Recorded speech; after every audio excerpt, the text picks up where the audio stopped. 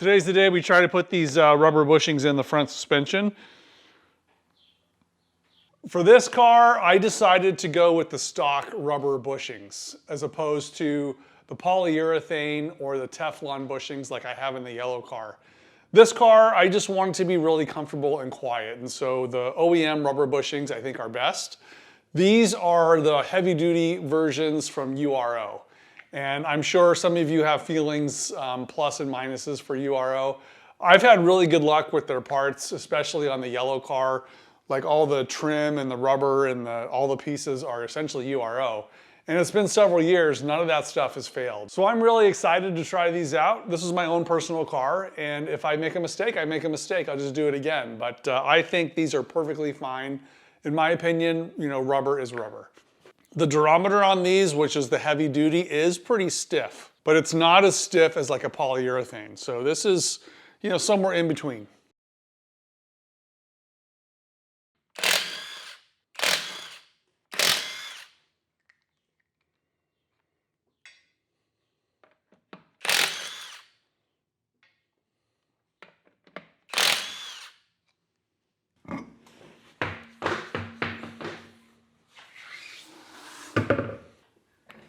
So here's where those bushings reside. That's one of them right there. That's just the flange of the rubber poking out.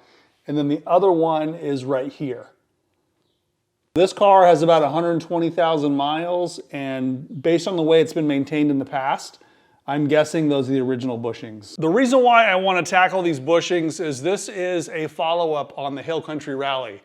A friend drove the car and said that it's a great car, but when you drive it hard and brake hard, you can feel that the suspension in the front is moving around a little too much. Specifically, when you hit the brakes hard, the control arms flex back and it causes the car to dart to the right. It doesn't do it under normal braking. It really only does it on heavy braking and heavy cornering. So that's why I want to tackle just the bushings first, and then I think the tie rods are okay. I think the ball joints are okay because I've checked those in the past. I think this is just an issue of worn out bearings or worn out bushings. We basically have to take this control arm off, and to do that we need to separate it from this strut housing. So I'm going to hit all this with penetrating oil because, like I said, these have probably not been apart since this car was new. This M8 nut here is a lock nut, so it always has a lot of resistance coming off. I'm going to reinstall this nut upside down so we can use the back side of it as a hammering surface so we can drive that pin out.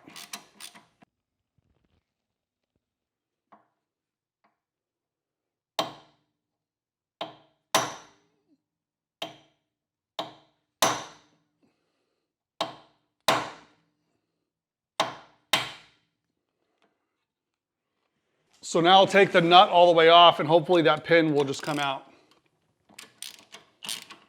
There is a washer on there too, so we'll make sure we put that back. Now it's pretty crazy that this one M8 nut holds the whole wheel on. So this is something that we need to put a lot of care in.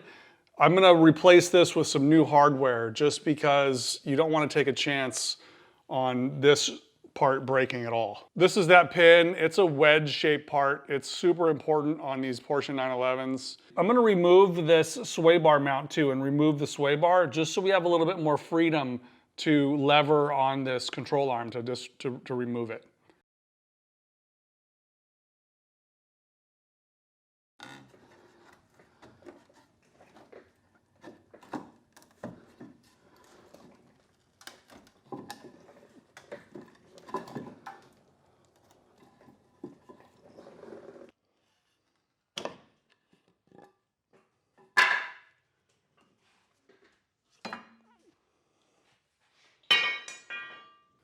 Okay, try not to wedge on the actual tie rod.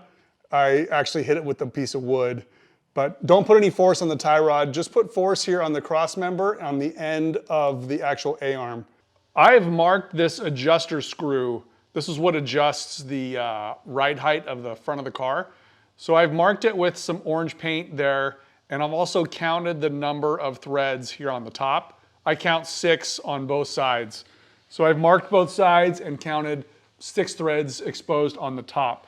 So I'm gonna put it back the way it was, even though this car needs an alignment and corner balance. This is just to put it back the way it was. And I'm also kind of paying attention to the angle of this versus the angle of that, because you know, the torsion bar has splines on it, and we want to put it back the way it was. 8 o'clock, 9 o'clock, and this is at 22.15 degrees. Now I've removed the adjuster bolt here from this rear assembly. That ensures that there's no spring tension on this arm, torsion bar tension.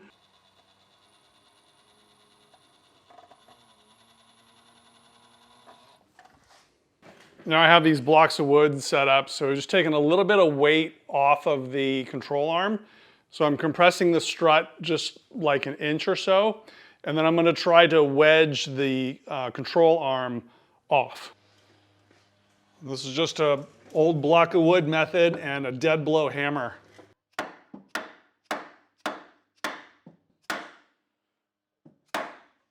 We need a bigger hammer. All right, so it doesn't want to come off.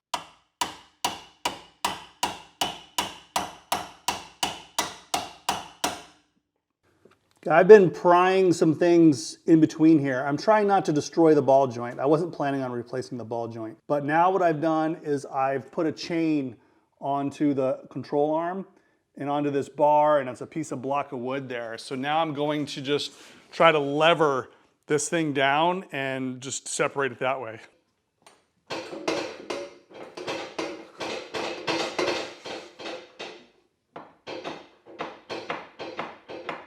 Still doesn't want to come off.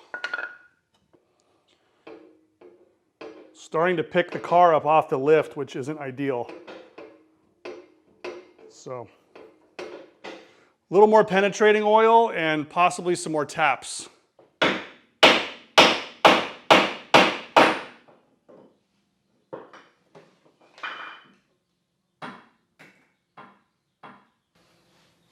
Got it.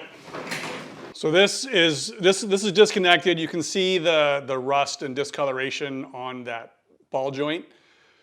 Basically, I'm going to give you the trick that I used. I noticed that the cutout here, there's a little notch in the ball joint, and normally the wedge pin goes in this direction, but that leaves a little bit of the notch exposed on the opposite side. So what I did is I put the wedge pin in backwards, and it kind of forced this ball joint to rotate inside the bore just enough to allow the penetrating liquid to kind of move around in there. So I put the wedge pin in this way, and then I put it in this way, and I put it in alternate ways and tightened it up until I was able to wiggle the ball joint inside the bore. That, along with the penetrating liquid and just hammering down on this part, was able to get it off. We'll unbolt these 3 bolts up here and this 1 bolt right here, and we should be able to get the arm out.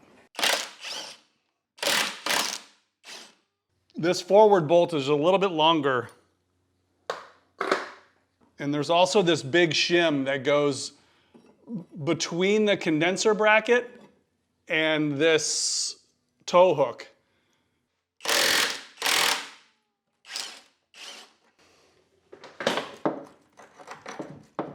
Dirty.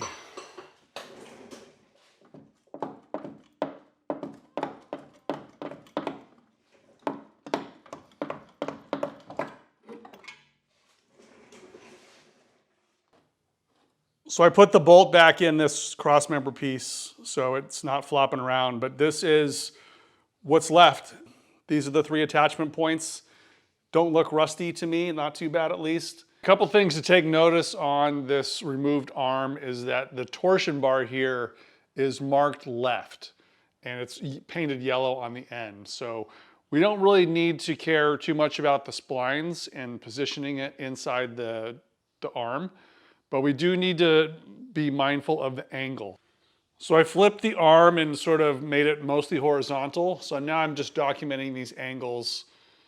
This one is 65 degrees, and this one over here is 40 degrees.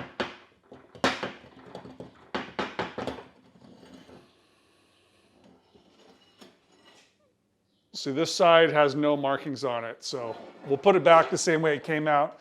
This thing is greased just to reduce the rust, but we're seeing that there's some contact here, which means the bushings are worn.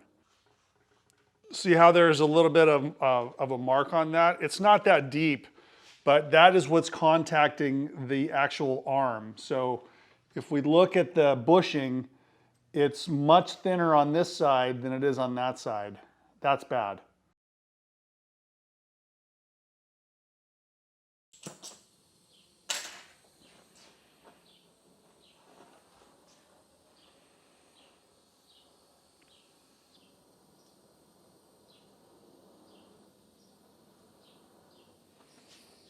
It starts smelling like rubber and it starts smoking a little bit. That should be enough.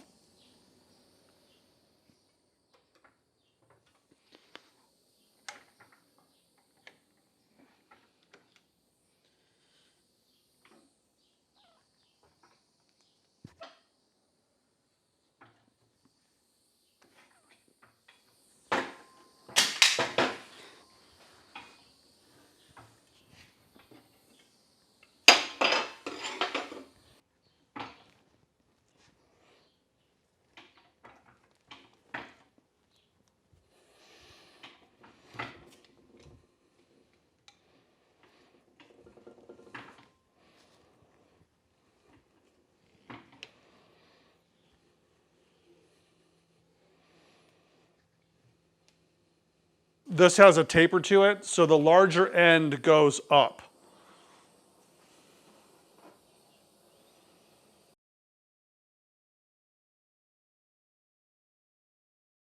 This guy is just heavily distorted.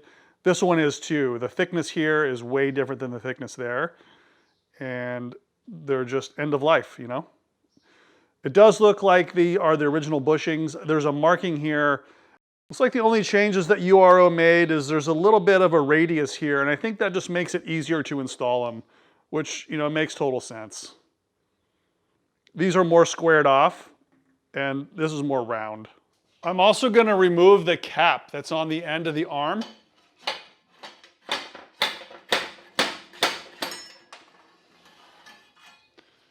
And to do that, I'm just using this bar stock, which is tubular, 3/4 inch diameter, I think, outer diameter. So this little plug just pops right out of the back. And it's an interference fit. It's not that tricky. There's no like circlips or anything to remove. This just kind of protects the splines, which should be cleaned and re-greased anyways. And the reason why I'm taking that off is because I'm going to use the threaded rod method to push the new bushings on.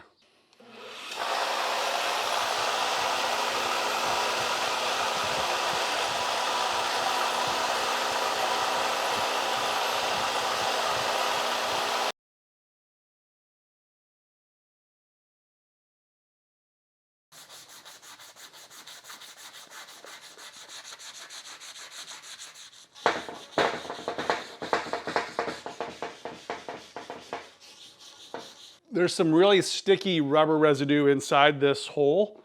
So we'll just clean that up with this wire wheel too.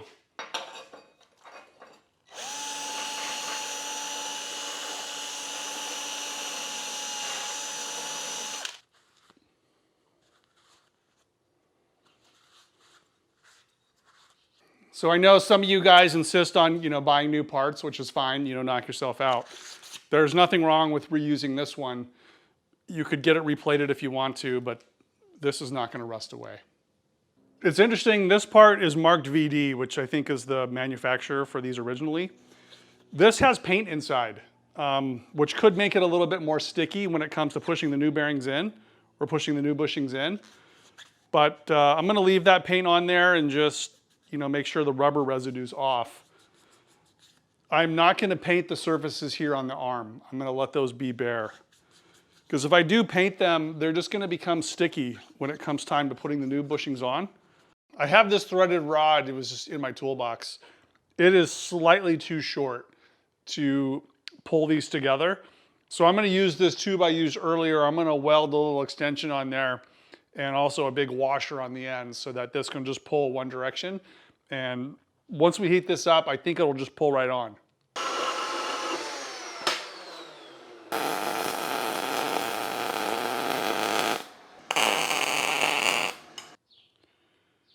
I got a little carried away with the welder, but let me explain what happened.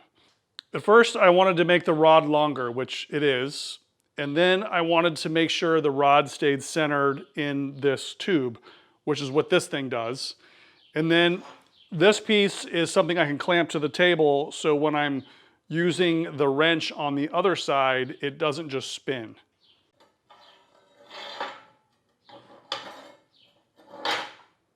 See, this will get clamped to the table. This rod goes all the way through. There's a giant washer, and then I just need to add a nut on there. I'm also probably going to add a spacer, so it actually pushes on both the bracket and the rubber at the same time. The URO notes say to put this on 50%, and then we'll heat it up. I'm going to heat probably both of these together, add some dish soap, and just squeeze it on. I think that'll do it. See, this guy's kind of centered in there because of that bushing right there. It also stays pretty well centered on this side too. A little looser on that side because there's no splines, but it's good enough. Put the welder down.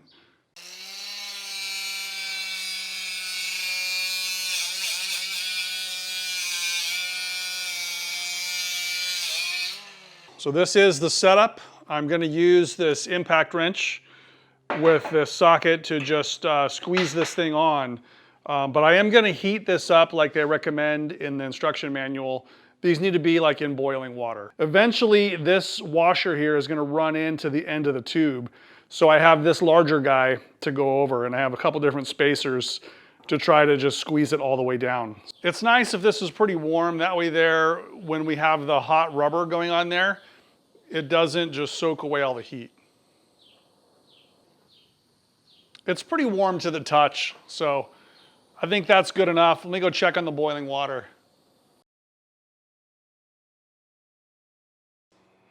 Okay, here we go.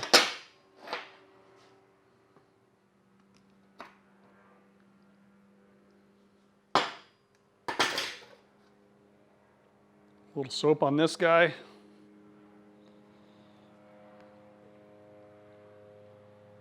Soap in there.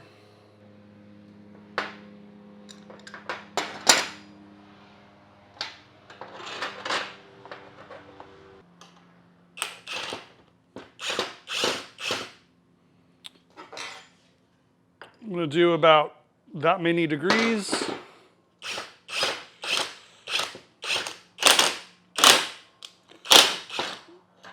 Okay, now it's bottomed out on the end of the arm. And I haven't put in the inner sleeve yet. Let's see if we need it.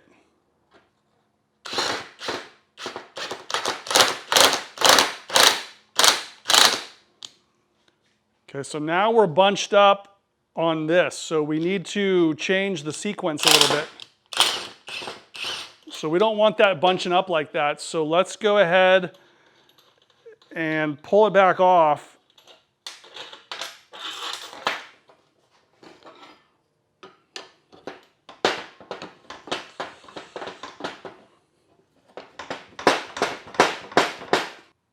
Let's try that much stick out.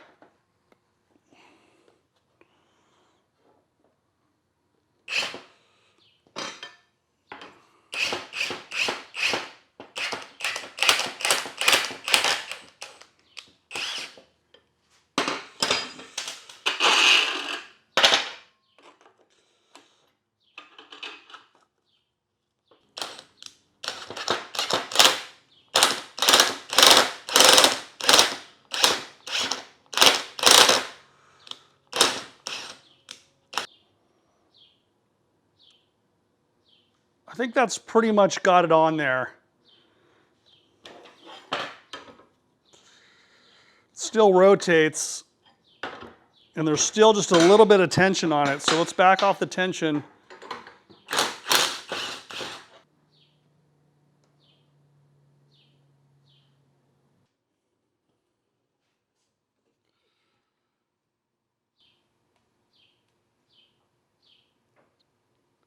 So I'm using the inner sleeve now to make sure that the inner rubber is nice and square, because it looked like it was a little bit lopsided.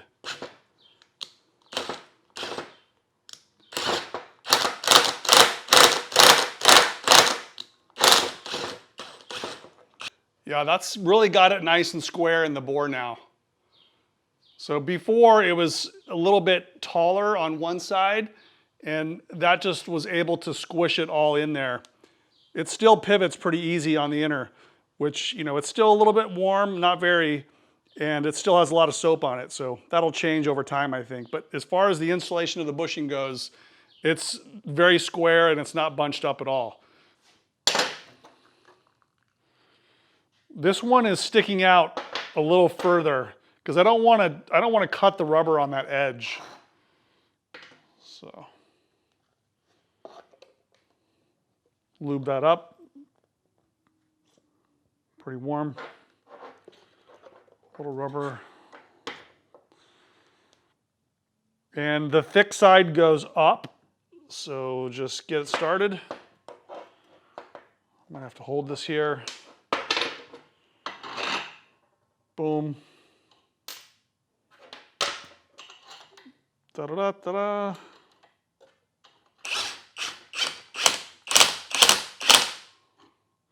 On this one, I'm gonna use the sleeve in advance here because I want to push it on without it getting snagged on that sharp corner.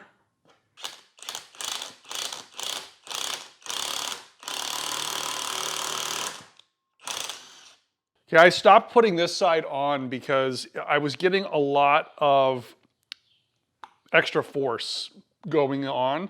Luckily, I did this side first, and the force to get it on once you get the method down wasn't that high. This side was gouging on this surface right here, and you can try and file this. In fact, it's totally fine to radius this corner, because that's not where the bushing rides. But rather than doing that, I actually just created this as another part of the tool. This is an old arm that came with my yellow car. That yellow car was wrecked in the front. The A-arm was just mangled. So I cut this section off of that other A-arm, and I'm gonna use that now on this side. So this has a nice smooth transition for the diameter. And then this is just an insert tube that kind of keeps it all aligned. So now I'm gonna push this on the same way I pushed that on, and the bushing is gonna just easily slide over that little ramp.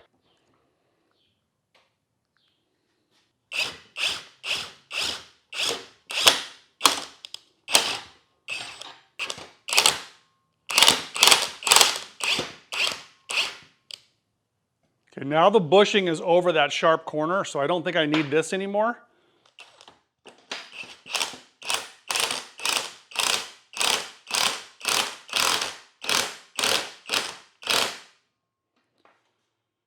This is the flange part, and it's pretty evenly squished all around. Here's what it looks like unsquished. So it relaxes a lot like that one does. And if we look inside there, you can see there's no rubber, shaved off, number one. And it's evenly distributed around the diameter. So I could poke this in there and just kind of push that down, but it's pretty square already.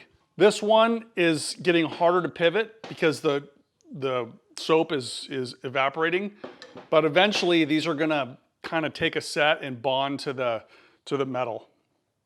I'm gonna give you my thoughts on how these are supposed to work. When this was designed by the factory, this was meant to be bonded or vulcanized onto the arm. So you can tell from this old bushing, it does not pivot inside this barrel because this part right here is kind of oozed out. It does not spin. It's designed to actually shear. So a couple inches of movement out here only translates to a few minute degrees on the bushings. And so the way this is supposed to work, it's supposed to be bonded to this shaft, and it's supposed to actually just twist the rubber.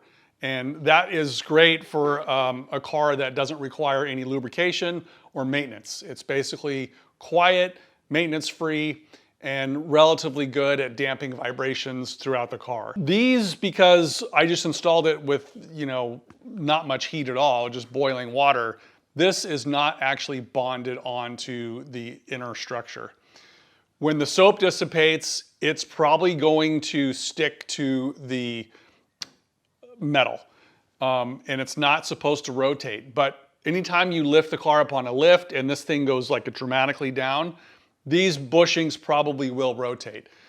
I've done some testing on these on the yellow car, and when things are rotating and shearing, it actually provides resistance to motion. So these are almost like springs, and I measured that force on another car. It's like 30 to 40 pounds, and then eventually these things slip, and then it creates another 30 or 40 pounds.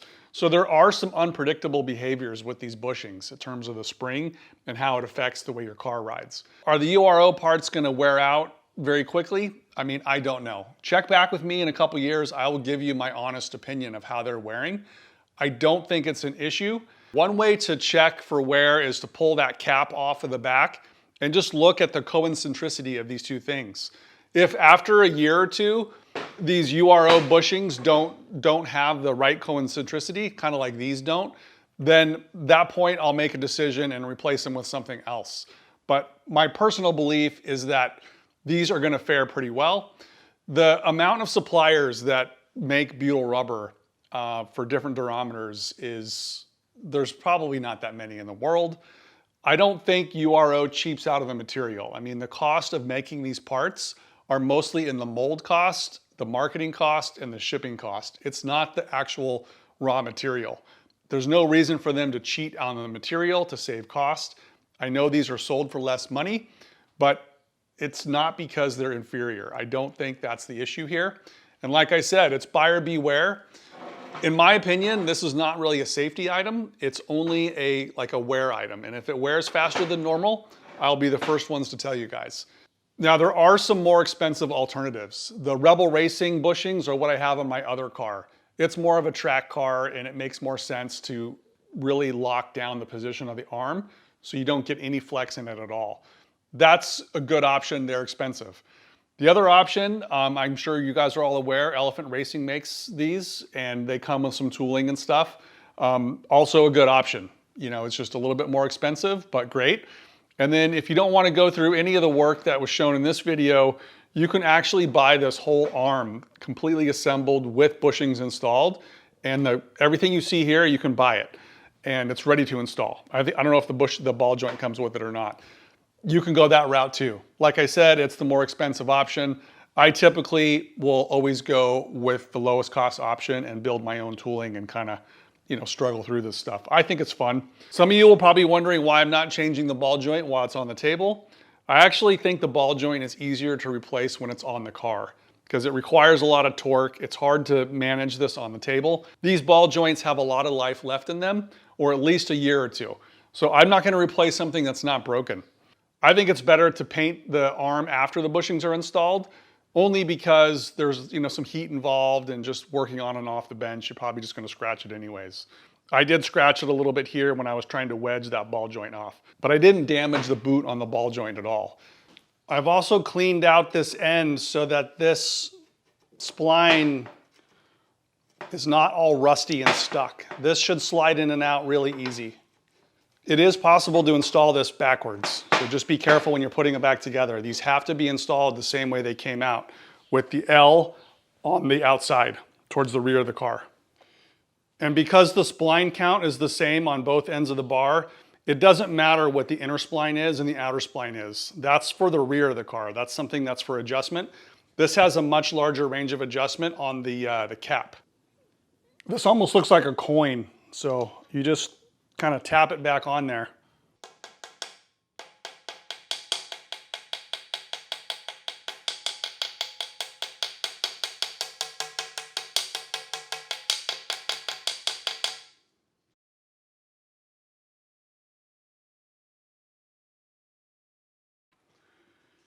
And as they say, assembly is just the reverse of disassembly. So I've painted the arm and installed it back in the car. It wasn't really that tricky to install it.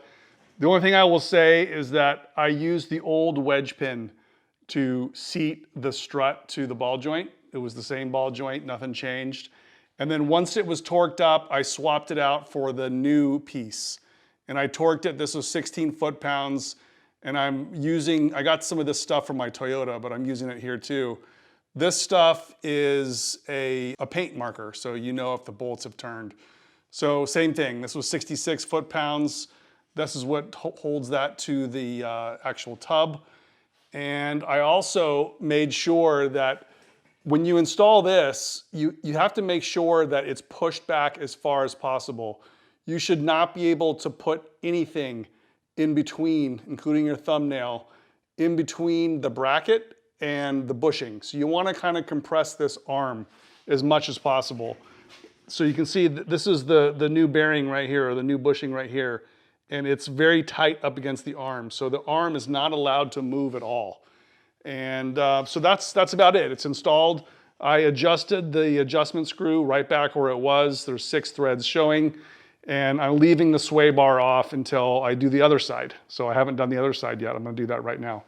I did use some anti-seize in this wedge pin section and made sure that this is flush. This should be pretty flush like that. I cleaned all the surfaces and I made sure that it was lubed up with anti-seize. Same is true for the bolts that go into the car. Anti-seize in all those, and these were torqued to I think 35 foot-pounds.